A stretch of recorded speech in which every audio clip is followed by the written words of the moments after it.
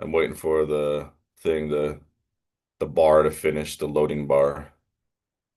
We are live in five, four, three, two. All right. We are live. Welcome to Matlock Talk with Jake and Dave talking about things that pertain to life and godliness. Today's episode is why people stay stuck. We're talking about things that, in a certain way debilitate people, or I was going to say hypnotize, not hypnotize, paralyze. People think that paralyze people. Why people stay in a rut or people stay in a ditch when all you got to do is just stand up and walk out of the ditch. You know what I mean? Got a couple of sources want to cite on the idea of why people stay stuck, but I'm going to turn it on over to Jake and have him get started on some of his thoughts to churn the pot. When I first got the topic, I thought it was why people stay suck. Um, but it's but stuck or sucks, same thing more or less, right? But a good friend of mine and you, my wife, even it's more or less. Uh, they remind me it's just a choice, right? It's just a choice. And I'm pretty sure my beautiful wife put that thing on the wall for me to remind me every day the best day of your life is the one on which you decide your life is your own. No apologies or excuses. No one to lean on, rely on, or blame. The gift is yours. It is an amazing journey, and you alone are responsible for the quality of it. And it's easier said than done. It really is. Some people have mental illness. Some people have um,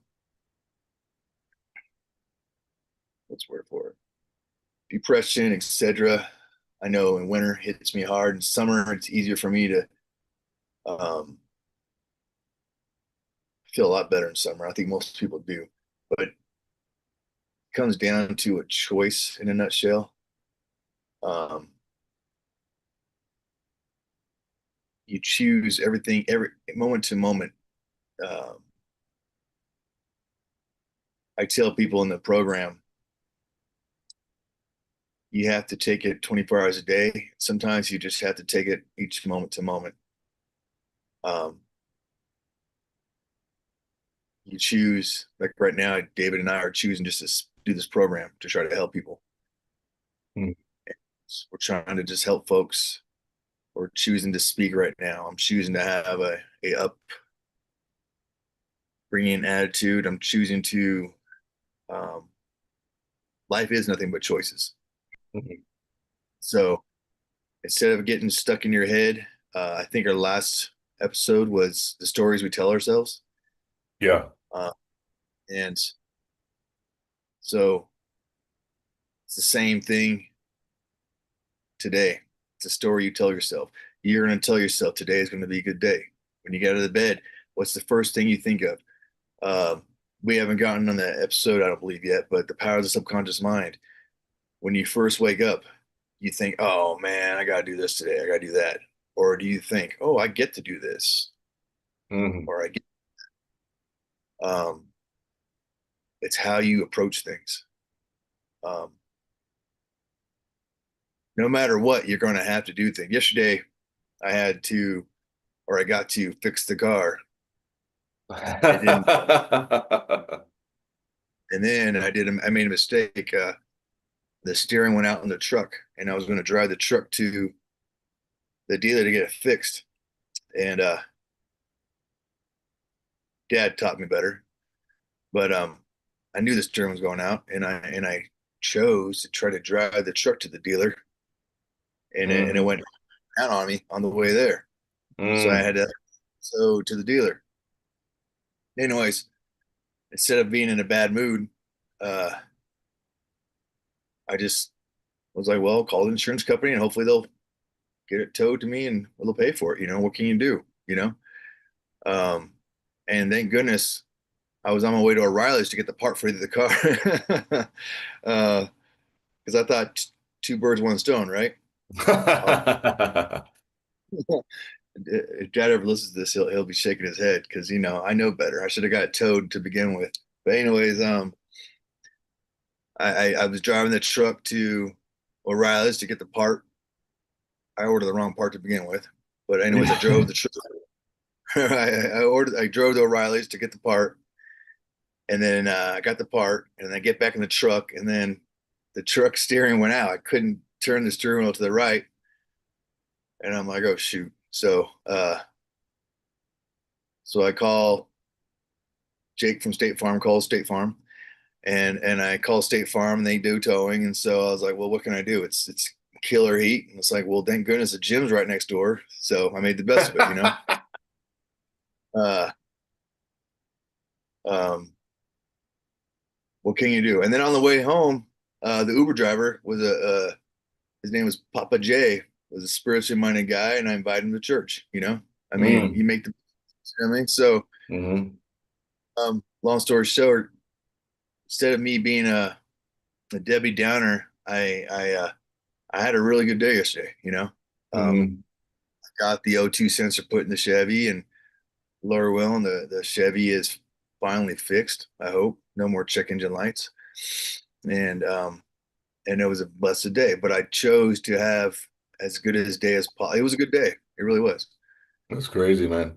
That's crazy Yeah. because that's a long laundry list of everything going wrong when you think about it, Like, man, can anything more go wrong? But that's not what you were looking at, and that's exactly what you're talking about. When you were talking about originally, just kind of starting off your thoughts and comments, you made a statement about how it's a choice and it's a day by day choice. No, and then you read the sign on the wall that your wife put up there. Excuse me.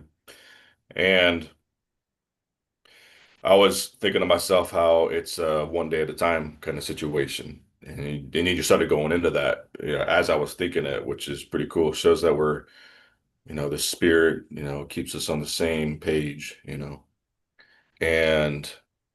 I was thinking about that because it's the only difference is habitual. Why people stay stuck is because they're in the habit of staying stuck. And, um, you know, the the choice to make the most of every day is something that nobody can make you do. If God could make you do it, he would. He would just make you do it, and we'd all be robots just making the most of every day. But it has to be something that comes from within. There's some piece of us, something in the soul that is always there, and we have to prompt it, bring it up. And the problem is it's painful, especially when you have a habit of making the negative choice, making the poor me choice, making the man, this sucks choice, kind of like you were saying, why people stay suck. Staying, because, basically, people who are stuck suck. I mean, that's pretty much the way they view life. I got a verse that came up into my mind. I like this verse because it's Proverbs chapter 15. It's something that I found a while back and it stuck with me. Stuck in a good way. Proverbs 15 and verse 15, it says, all the days of the afflicted are evil, but he that is of a merry heart has a continual feast. So there you go. That's like one of those statements that helps you understand that it's one day at a time. Like you got to make the choice every day. Some days are easier than others. You address the fact that some people have mental illness, and so it may be more difficult for them. And that is something worth acknowledging. But that person just ends up developing an even stronger will of making the choice because at the end of the day, God gives everyone a free will. Like no one has to stay in that mentality, even if there's more challenge to do so. And uh, so all the days of the afflicted are evil. So if you in your heart decided that you're afflicted, then that's what you see. That's what you are. There's there's a lady named Robbins, something Robbins, Mel Robbins. Not familiar. I'm not like a particular follower of hers, but I seen a video one time that she talked about. There's a mental process called the reticular activating system. It's like the RAS, and it was a part of the brain that is activated based off of how you think. So she explained it like this: if you just bought a Chevy, like you were just talking about a Chevy, if you just bought a Chevy, or if you're wanting to buy a Chevy, it's really funny because you end up seeing more Chevys on the road. Mm. And the reason why is because like that's on your mind. You're thinking about that. And the same thing, the same kind of thing happens in many different capacities. Like if you are in the market to shop for, I don't know, like a new fridge, whenever you're in someone's house, you notice their fridge, you go, oh yeah, like and that's the reticular activating system. So whatever you're thinking is what you end up seeing. And that's an actual, just physiological mental process that people have. And of course, we're taking a look at it from the spiritual point of view, because how do you decide to enjoy life? And that's what you were talking about with your system. Yesterday, to a lot of people, would have just been a rotten day, but you set your reticular activating system to see the good in the day. And I got a book that goes along with it as well. This one right here. There's a psychologist named Martin Seligman. This book right here, Learned Optimism. The reason why I Mm. call this book Learned Optimism is because he studied pessimism, or what was the word that he called it again? Um, Basically staying stuck. Oh man, it just slipped my mind. Staying stuck. Helplessness, helplessness. He called it learned helplessness. Yeah, stuck, which is the same thing as being stuck, because if you're stuck and you're like, oh, I'm stuck, it's helplessness, but he calls it learned helplessness because in his studies, he realized that helplessness is a learned behavior. You don't just have it. You're not technically stuck with it unless you have learned to be stuck with it and then therefore have created a habit of being stuck in helplessness. And it was really interesting the way he did it because they use animal studies and animal brains to learn the psychology of humans as well. And what he did was he had dogs. And it's kind of funny. A lot of people, he's been under fire or under heat because people didn't like that he was using dogs in research. It's okay to use a guinea pig, but not a dog, in research. But what he did was he put dogs in a cage and he would shock them. Just put a little bit of a shock, that just enough to be uncomfortable. Like not to hurt them, but just be like. And of course, if you had a dog in a cage, but there was no lid, you'd shock him, the dog would just jump out immediately, obviously. And then he'd have relief from the shock. But then he would take another dog and he would put it in a cage and he would leave the lid on and shock the dogs, and they had no escape. So what the dogs would end up doing was they would just lay down and they wouldn't be able to do anything because they were helpless. Then after so much time, what he would do is he would take those same dogs and he would take the lid off and he would shock them. And even though the lid was no longer there, they still wouldn't jump out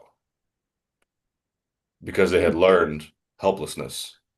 And then he then, of course, started studying human psychology and started to realize that humans do the same thing. Like if your upbringing is such that you had no freedom, no choice, and you didn't learn, and like you whatever, um, you decided that, oh, I'm just going to stay stuck and this is just my life. I'm just going to deal with it, and I'm just going to be negative. Mm.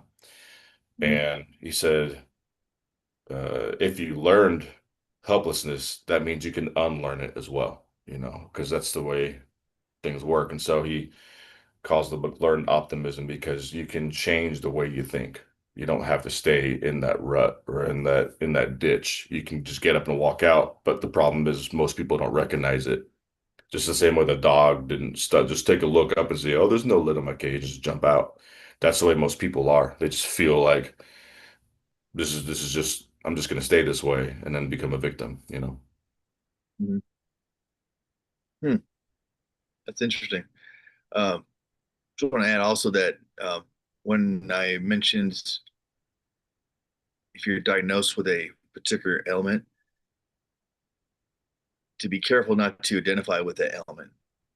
Yeah, yeah, yeah. Uh, I notice a lot of times people will be diagnosed with um, whatever they're diagnosed with bipolar, and they just run with it. I said, "Well, I'm bipolar, or whatever." I said, "Well, and I'm not going to say names, but there's a certain individual. Well, I'm not going to. I just can't. Anyways, uh, people will say, I got this, and I need this medication to diagnose this. You know what I mean? And they run with it, and then that's way too often. Everyone does it, I think, and doctors are overprescribing nowadays. Um, Big pharma is is making cash hand over fist because of it, and I think doctors are over diagnosing on top of that. I mean, it's not just. I think that's a fact, actually. You know, to be honest with you, I I'm not a. I say I agree. I That's my observation. I mean, in my according to my worldview, based on my observation, one of the things that cracks me up the most, and this is one of those funny things, people forget over time, the past, and we kind of adapt, and when things happen slowly, it's like the good old frog in the boiling water. Like if you throw the frog in and all that, but if you slowly Good warm, point. what was Good that? point. Good Yeah. point. Man, I gotta be careful. But I just heard recently of accredited people that know what they're doing, hmm like they're licensed physicians, and they're getting medication like um, prescribed meth, more or less, Mm. and they know better. So that's the like what the you just talked about the frog in the water, and they know better. They tell other people they're licensed physicians, and they're telling people, "Hey, this is." They know better themselves, and they're telling other clients, "Hey, you shouldn't be doing this. You should not be taking this stuff." But Mm. then they've been caught themselves taking the same stuff because they have low energy, Mm. and so they've been caught in the same trap themselves, Yeah. and they don't know it. And that's how sad this is going on. And so Yeah. um, That's why it's really it's why awareness and denying the self, understanding and realizing that you could be wrong about your whole paradigm could be wrong. And being human is tough, man. And there's other like psychology books about this kind of stuff. And then of course the Bible is the center of it all. And it's the ultimate psychology book when you really think about it. Cain and Abel, Cain, you know, just justified himself and ignored and whatever, and then ends up doing the wrong thing, right? It's crazy. But there's books and some psychologists have gone. There's a book about the psychology of evil, and there's people who, and there's another book. I actually have another one here, but he talks about it's called Influence or not Influence. Yeah, Influence. The science of persuasion. And he talks about how people are willing to do the wrong thing because an authority says, and so that way they can just pass it on up up the ladder and say, well, my boss told me to. Hmm. And people Yeah. will do, and they, what they did was they tested people with this mentality to the point that people were willing to shock people to the point of death. Even, Yeah. and because a doctor said it's okay. So that authority bias, it's an authority bias is what it's called in the world of psychology. If a doctor says something, well, it must be true, you know. And then of course there's the self-deception. And one of the things that I was talking about just a moment ago that's in line with this is what cracks me up. And this is just something that I've noticed, not that I've noticed everything by any means, but it is something that I've noticed. Pretty much everyone has ADHD these days, okay? And that's, Mhm. I don't know. I've never diagnosed anybody with it, and I've never been diagnosed. But I hear people saying ADHD all the time. The only thing that cracks me up about it is it used to be ADD, which is just attention deficit disorder. So I was just kind of, like I'm not like insulting anybody. I just think it's a funny observation that it used to be this person A has ADD, person B has ADHD, which is hyper disorder, attention deficit hyper disorder. And so I just thought it was kind of funny because uh, now ADD no longer exists. Now everyone just has ADHD. So everyone has to go to the next extreme immediately. And so my joke is like I'll be talking to someone who'll say, "Oh, the ADHD, you know the way to heal ADHD, to get rid of it? Go to ADHD or to ADSHD, um, attention deficit super hyper disorder." And then we can all be super hyper disorder. But it just cracks me up. But people don't haven't even noticed that ADD is no longer a thing. Now it's gone up to the next level, and no one even realized it. It's why does anybody have ADD anymore? Why does everyone just go straight to the upper level? I don't know. I think it's funny. And it's worth thinking about. Do you really have, like, or is the doctor just making money off of you? You know, you ever notice you go to Harbor Freight or businesses like that? Harbor Freight is, the tool company or the tool. It's a store. It's not a company. It's a store. Every single sale is the biggest sale of the year. And the reason why they use that, I get stuff in the mail like, no, no, no, seriously, the biggest super duper sale in the world. Every single sale is the biggest sale the world has ever seen. And that's how businesses work. And the reason why is because it works. People will go, even though it's no different than the sale that happened 3 months ago, it's like because they use the language, the biggest sale the world has ever seen, people just go, man, it's got to be great. And it's advertising. People get swayed by that kind of stuff. And of course, you look at the news, get on the news. Every single thing that happens is the biggest story the world has ever seen. Yeah. Yeah. So what's the difference between that and no, well, now you have ADHD, man. So now it's even more intense. So anyway, I, I agree. Is pretty much what I'm saying. So going back to why people say stuck. Um, Well, in some ways it's easier. Yeah, so in some ways it's easier. We get stuck in these ruts and then we want the easy way out, right? yeah.